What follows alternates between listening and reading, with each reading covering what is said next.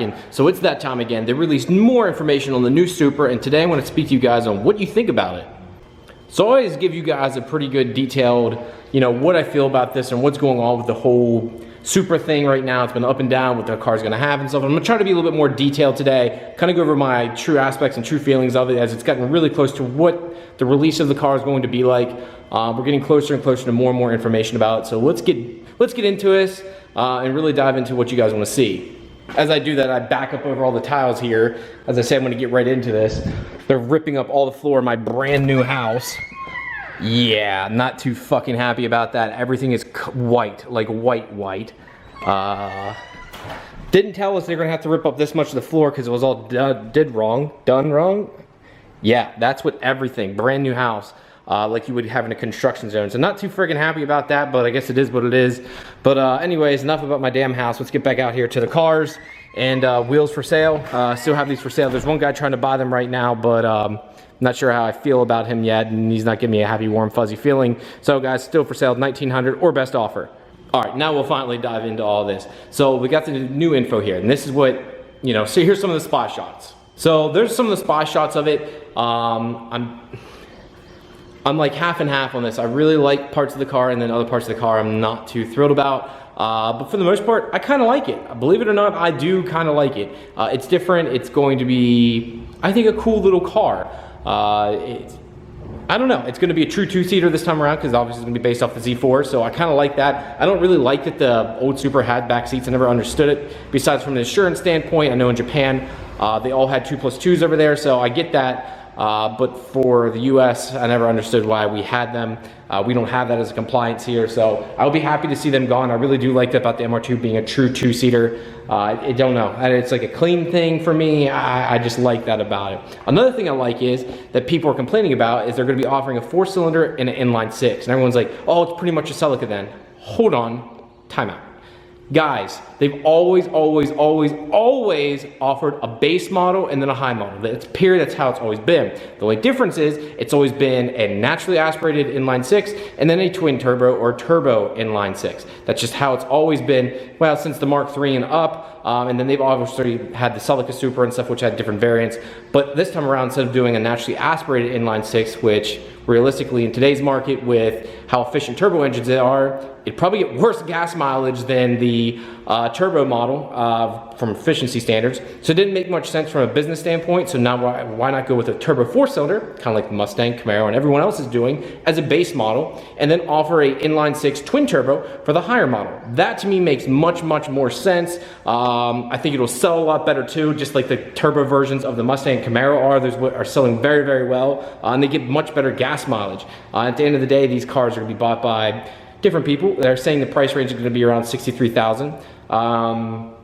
I know everyone watched the Goodwood video, which everyone saw that, and they kept saying about 340 horsepower. Well, we all know that's not going to be true. They said it's going to be more close to the M4 power range, so we're looking probably around 450 horsepower, and they're saying we're a base model motor being around just below 300 horsepower for a base model, so can't really complain there either. So if we get 450 horsepower out of an inline 6 twin turbo, and it's starting to make me feel like they just might offer some manual. If they do, I'm like super excited. If they don't, I get it. Today's market, how things change, I get it. But it is BMW, and BMW is still heavy manual.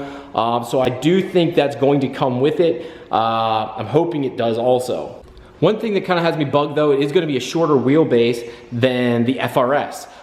For me, I personally want a little bit longer wheelbase. Now it is going to be a little bit wider. Now obviously this older Supra, which we have behind me here, is obviously a shorter wheelbase than the FRS by about 1.5 inches, I believe, but it's also 20 years older. The new Supra should be bigger, longer, wider, faster.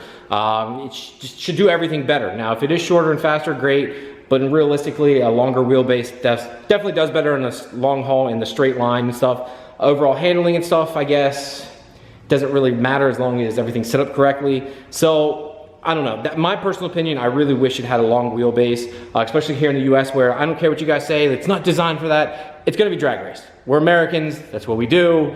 We take shit, we fuck it up, and we make it go fast in a straight line. We're just power hungry monsters, that's just what we do. Where the rest of the world may not want to do that. I know a lot of Australians, all those guys are into it too.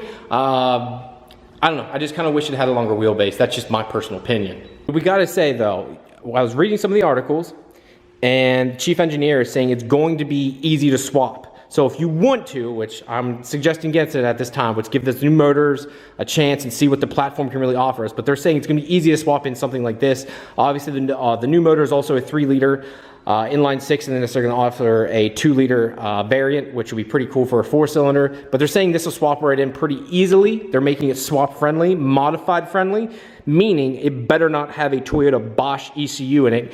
Things are a pain in the ass, and you can only ever run a standalone. So I'm hoping it actually has a BMW ECU, so we can flash it, we can do ROM tunes, that kind of stuff. You know, I have a cob port. You know how awesome it's going to be, guys, if we have access to a cob finally? Plug in, flash it, and on the go. You know, no aftermarket ECUs anymore, no fumbling and bumbling around with that stuff. Just makes it makes life a lot easier. Now let's get down to the style more here too. I kind of touched on it there, but let's face it, the Mark IV Supra has that iconic, smooth, clear lines. Like my buddy Jose tends to give this a lot of shit, but I also think it's the fact that he's a bit salty because he's never owned one. He can say whatever he wants, but he's never even owned one. So I always give him shit, like you can't talk shit in the car you never owned. Yes, you modify, blah, blah, blah, blah, blah. Most of your customers have one, and you might not think it's the coolest thing, Mr. SC300 owner. He also thinks the MK3 Supra is great looking, so you gotta take his word for a grain of salt.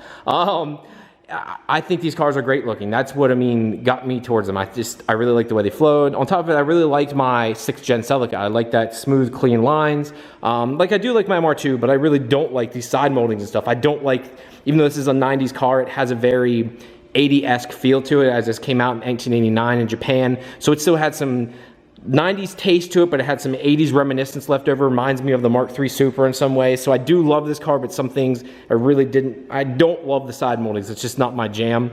So I'm hoping to see a new twist on it. I want something smooth and clean. I did notice though, if you guys look closely to the pictures, it's going to have the Supra duckbill, as I call it. So if you looked at the Supra, it has, you know, it's hard to see with the wing there. You can see how pretty severe the back stock hatch actually lips up like that. The new Mark V Supra has it even more severe than that yet, which I really like, and I think it's going to look clean without a wing on it, which I kind of like the wingless look with a proper set of wheels, which I'd want to put another set of 5 spokes on that if I ever buy one. Which is technically the goal. I would like to buy one, depending what they look like, and you always let the first couple years go by, probably buy it 2nd or 3rd year, being honest. I'm not paying the $20,000, $30,000 markup that's gonna be on these things, and yes, it's going to have these outrageous markups just like the Civic Type R. You know it's going to happen. I'm not sure what production run's gonna be yet, but I guarantee it's gonna be outrageous just like the Type R and every other car. When the 350Z came out, they were through the roof. Even though nowadays you can get them from nothing, those things were just obnoxiously expensive. So I see it happening all over again in my eyes. So yeah, I hope it keeps this iconic kind of look, and I hope prices don't get too stupid for the first couple years, even though I do see it coming. But one thing I'm also excited about is seeing what the car is going to be like modifiable wise. So we said about the ECU, when we get inside and stuff, I'm hoping that we get more options. So for us super guys, because these cars are so limited, we get very few options what we can do to these cars. We didn't get many upgrades. We get basic stuff. That's why most Supras look the same in my eyes. We do have a few kits and everything, but I'm kind of excited what lips, wings, all that kind of stuff, the outside exterior mods, and what we can do to the motor. Hopefully it's something stout, something in hold power like the 2JZ. I know we all wanted a 3JZ, but that's not going to happen. I don't think it's going to get that nomenclature. If it does, that's kind of cool, but it has a big shoe to fill if it is going to get the 3JZ name, as if it's going to join the JZ family. Last but not least, reliability. Now this is a big thing on everyone's mind. Everyone knows now that it's getting closer and closer, and it's definitely going to be built in a BMW style plant. It has a lot of BMW influence.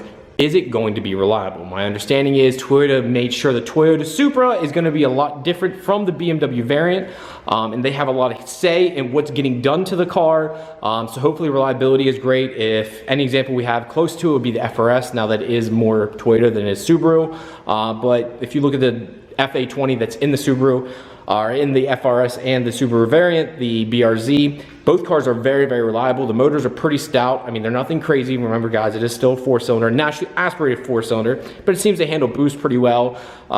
So if it's able to take some power, I'd love to see another motor that can handle 1,000 wheel horsepower, if not more, from the factory. Realistically, the 2JZ can handle around 800 horsepower, around 600 foot-pounds of torque before you start to have some issues with the rods, or you get rod stretch, or not rod bolt stretch, I should say. And we don't want anything like that. So hopefully it's pretty stout. We don't have to worry about that. So that's what we're focused on next. I'm going to say it's gonna be a stout motor. If it's anything like the N54 motor out of the BMW 335i or anything out of the M4, those motors are pretty beefy. They can handle a pretty good amount of power.